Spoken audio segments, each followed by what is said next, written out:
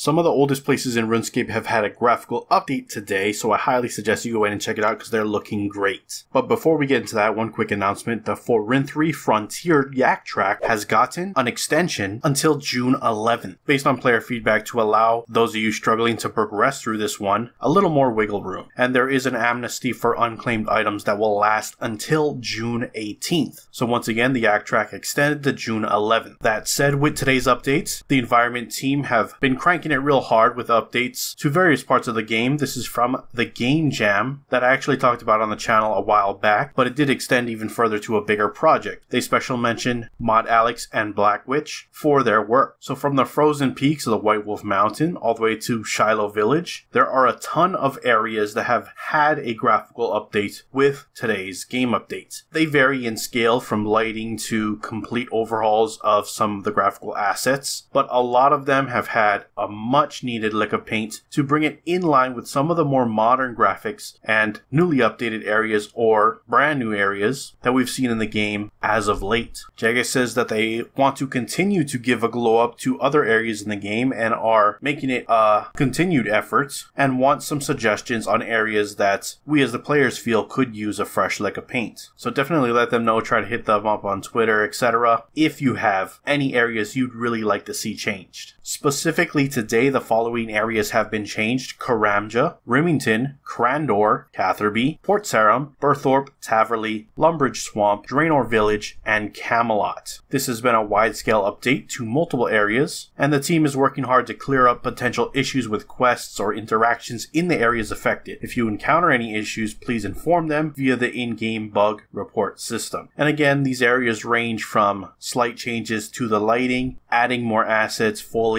or completely changing the old area entirely, while still maintaining largely the layout. Anyways, if you enjoyed the video so far, please hit that like button. If you're not subscribed yet and you'd like to stay up to date on all things RuneScape related, then hit that subscribe button. Thank you. Now let's take a look at the patch notes and see what's been updated with these graphical changes. So starting off, we have Sonic Wave being updated. It now applies 6 stacks of something called Flow for 3 seconds upon a successful hit. Flow will increase your hit chance by 1% per stack. The 6% accuracy bonus on the next ability has been removed. So virtually Flow is now kind of a stand-in for its previous accuracy buff, but they can build upon it in the future with new content that could affect your Flow stacks. Greater Sonic Wave has also been updated. So the ability damage has been increased from the range of 40 to 160 to a range of 60 to 170. It now applies 8 stacks of Flow for 4.2 seconds. Flow will increase your hit chance by 1% per stack and your base ability damage by 1% per stack. The flat plus 100 ability damage has been removed, as well as the accuracy on the next ability. They also added the Override Azure Swiftness to the Greater Death Swiftness ability, fixed a graphical stretch on the For Rune 3 Royal Knight outfit, and lastly, pirate themed cosmetic item unlock tokens that were recently re-released with Frank's free chest can now be purchased on the Grand Exchange by Ironman. That is it for your patch notes. Links to everything discussed in this video will be down in the description below, so check it out if you're willing to do so. If not, on screen is a link to last week's video if you missed it, covering the beta for the upcoming changes to Animate Dead and the Fractured Staff of Armadale. So check it out if you missed it. Anyways, I am closing out the video there. Appreciate you watching. Aloha.